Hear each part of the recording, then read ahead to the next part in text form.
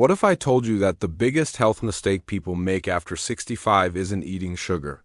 It isn't skipping vitamins. And it's not even having high blood pressure? It's something so common, so normal, that almost everyone does it. Every single day, and they think it's keeping them safe. Let me ask you something. Have you ever said, "I'm getting older, I need to take it easy"? Have you started avoiding stairs? Sitting a little longer? Walking a little less? Skipping activities because you don't want to overdo it? What if I told you that trying to protect your body this way is actually accelerating weakness, stiffness, and loss of independence? Here's the shocking truth. After 65, your body doesn't break down because of age alone. It breaks down because it's no longer being challenged. Muscles shrink. Balance fades. Energy drops. Not overnight, quietly, slowly, until one day. Simple things feel hard, but here's the powerful part. This decline is not automatic. It's optional. In today's video, I'm going to reveal the biggest health mistake seniors make after 65. Why it silently steals strength and independence, and what you can start doing today to reverse it. No extreme workouts. No crazy diets. Just simple changes that could completely transform the next 10 to 20 years of your life. Stay with me, because what you're about to hear might just save your strength and your freedom. What if I told you that the biggest threat to your health after 65 isn't your age? It isn't your genes. And it isn't even the number on the scale? What if the real danger is something that almost every senior does every single day without even realizing the damage it's causing? And here's the scary part. Most people think they're doing the right thing. They believe they're protecting their body, saving their energy, avoiding injury. But in reality, they're slowly speeding up weakness, stiffness, fatigue, and loss of independence. If you're over 65, or you love someone who is, what I'm about to share could literally change the next 10, 20, even 30 years of your life. So stay with me, because this might be the most important health conversation you'll ever hear. The biggest health mistake seniors make after 65 is this. They stop moving, not completely, not dramatically, but subtly, gradually, quietly. They move less than they used to. They sit more. They avoid stairs. They stop lifting things. They walk shorter distances. They rest more to save energy. And they tell themselves, well, I'm getting older. This is normal. Let me speak to you directly. Aging is real. Changes happen, but decline is not automatic. Weakness is not guaranteed. Losing independence is not a requirement of turning. 65. The human body is designed to adapt. At 25, it adapts quickly. At 45, it adapts a little slower. At 65 and beyond, it still adapts, but only if you give it a reason to. When you stop challenging your muscles, they shrink. When you stop challenging your balance, it weakens. When you stop elevating your heart rate, your cardiovascular system deconditions. When you stop loading your bones, they lose density. This process isn't dramatic, it's quiet. It happens month by month. And one day you wake up and realize stairs feel harder. Carrying groceries feels heavier. Getting up from a chair takes more effort. That's not just aging, that's disuse. There's a saying in physiology, use it or lose it. And after 65, that rule becomes more important than ever. Many seniors think rest equals safety. They think avoiding strain prevents injury. But here's the twist. Too much rest actually increases injury risk. Weak muscles lead to falls. Poor balance leads to fractures. Low endurance leads to hospitalizations after minor illnesses. It's not movement that breaks the body, it's lack of movement. Let's talk about muscle for a moment. After age 30, we naturally lose a small percentage of muscle every decade. After 60, that loss accelerates. This age-related muscle loss is called sarcopenia. But here's the hopeful part. It's not irreversible. Studies consistently show that strength training in people in their 70s, 80s, even 90s can rebuild muscle, improve bone density, and increase independence. Your body still listens. It still responds. I've seen 68-year-olds who can barely get out of a chair transform into confident, Strong walkers within months. Not because they found a miracle pill, but because they started moving again. Simple movements, consistent effort, no extremes. And I know what some of you are thinking, but I have arthritis, my knees hurt, my back isn't what it used to be. Let me tell you something important. Most joint pain worsens with inactivity. Joints are nourished by movement. When you move, you circulate synovial fluid. You lubricate the joint. You strengthen the muscles around it. When you don't move, stiffness increases. Pain increases, fear increases. And that fear leads to even less movement. It becomes a cycle. Pain leads to rest. Rest leads to weakness. Weakness leads to more pain. Breaking that cycle is the turning point. Now, I'm not telling you to run marathons. I'm not telling you to lift massive weights. I'm telling you to move with intention every single day. Walking, light strength, training, stretching, balance work. Simple bodyweight exercises. Standing up and sitting down repeatedly. Carrying light loads, climbing stairs when possible. These aren't extreme acts. They're acts of preservation. Another mistake seniors make after 65 is believing that cardio alone is enough. Walking is fantastic. Please keep walking. But if walking is the only thing you do, you're missing a crucial piece. Muscle is your metabolic engine.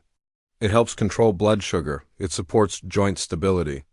It protects against falls. It keeps you independent. Without strength training, you slowly lose the foundation that supports everything else. And strength training doesn't mean a gym membership if that's not your style. It can mean resistance bands at home. It can mean light dumbbells. It can mean using your own body weight, even pushing against a wall or standing up from a chair. Without using your hands builds strength. Balance is another silent victim of inactivity. When you stop challenging your balance, your nervous system loses sharpness.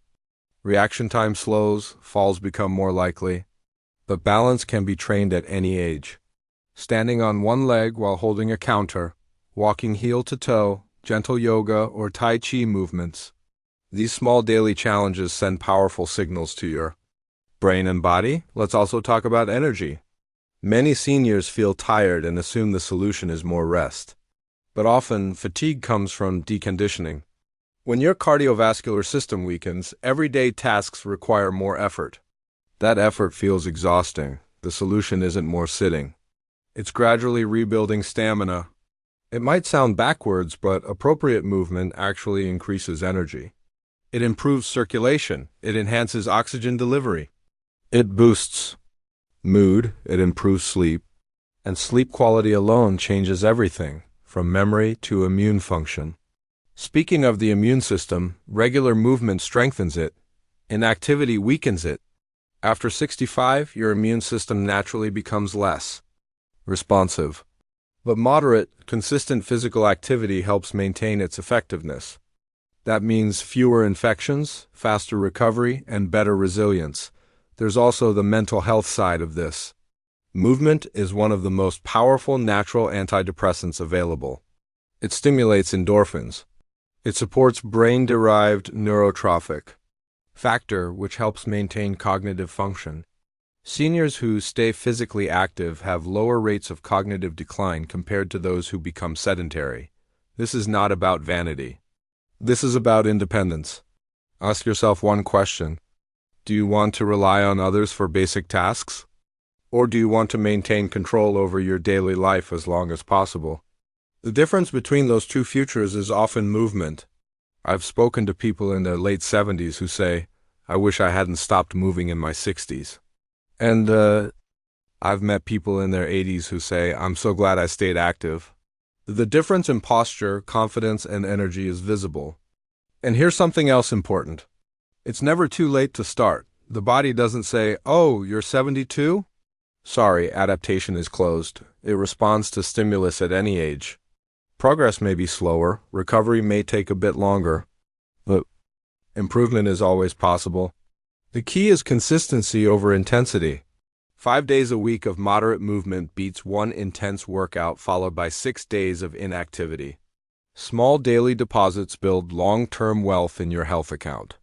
Let's talk practical steps. Start with walking, even 10 minutes at a time. Add simple strength exercises 2 to 3 times per week. Focus on major muscle groups: legs, hips, back, chest, shoulders, arms. Practice balance daily for a few minutes. Stretch gently after movement, not instead of it. And please hear this clearly: consult your healthcare provider before starting something new, especially if you have medical conditions. But don't use minor discomfort as a reason to avoid all activity. There's a difference between pain that signals harm and discomfort that signals adaptation. Another hidden layer of this mistake is social isolation. When seniors stop moving, they often stop engaging. Movement leads to activity. Activity leads to social interaction. Social interaction protects mental health and cognitive function. Everything is connected.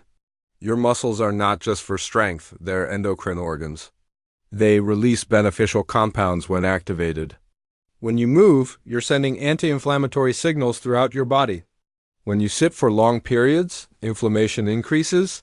Chronic inflammation is linked to heart disease, diabetes, arthritis, and even cognitive decline. After 65, managing inflammation becomes critical. And movement is one of the most powerful anti-inflammatory tools available, and it's free. Now I want you to picture 2 different versions of yourself 5 years from now. In one version, you gradually moved less each year. You avoided strain, you rested often, you told yourself you were being careful. In the other version, you committed to daily movement, you built strength slowly, you protected your balance. You challenged yourself safely but consistently. Which version feels more confident? Which version walks taller?